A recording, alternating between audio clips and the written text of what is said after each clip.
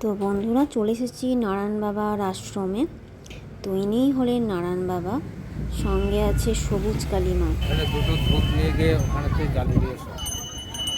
ওখানে তো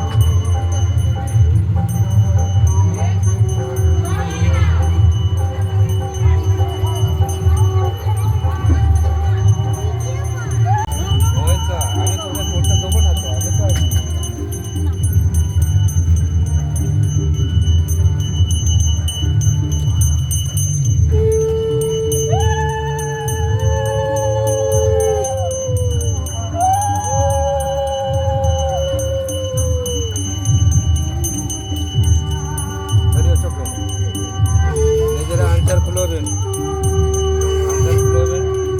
আনসারটা যত্ন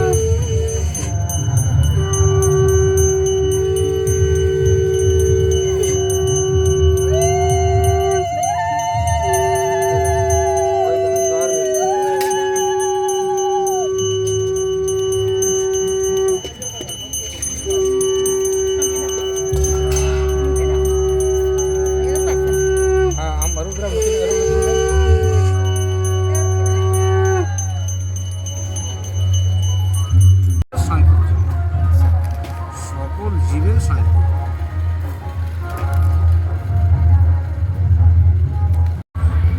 এখানে হচ্ছে এটাকে 64 দলপদ্র বলা হয়। এটা হচ্ছে যজ্ঞের যজ্ঞ কুমণ্ডলী।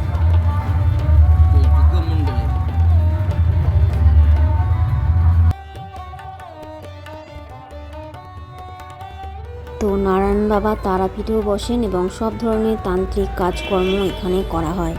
তো মনসা পুজোর দিনে এখানে পুজো ছিল এবং সাথে যজ্ঞও ছিল। তো সেই সাথে আপনারা যজ্ঞর দর্শন করুন এবং মায়েরও আপনারা দর্শন করুন। তো এখানে যজ্ঞ আরম্ভ হয়ে গেছে, তো আপনারা সবাই কিন্তু যজ্ঞটা দেখুন।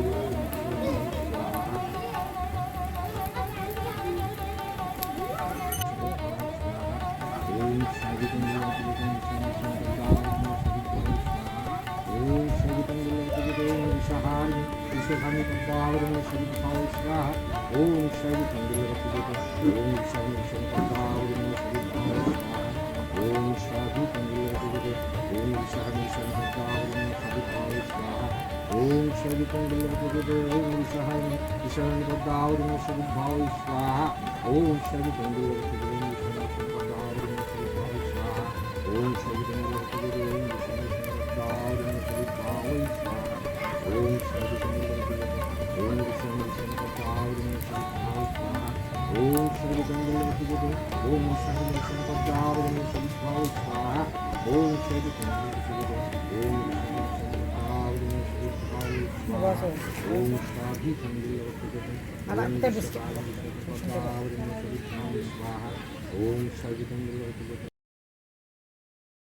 তো এখানে জিন ছাড়ানো, ভূত প্রেত ছাড়ানো, গ্রহদোষ কাটানো, সমস্ত সাংসারিক বাধা দূর করা হয়।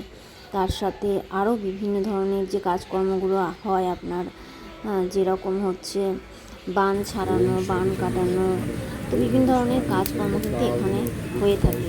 তো ফোন নাম্বারটা ডিটেলস সব কিছু ডিসক্রিপশানে দেওয়া আছে, আপনারা কিন্তু সব কিছু দেখে নেবেন।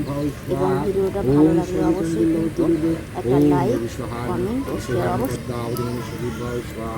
ओम शादी कंगुल ओम विशाल ओम शादी कंगुल ओम विशाल ओम शादी भाव स्वाहा ओम शादी कंगुल ओम शादी कंगुल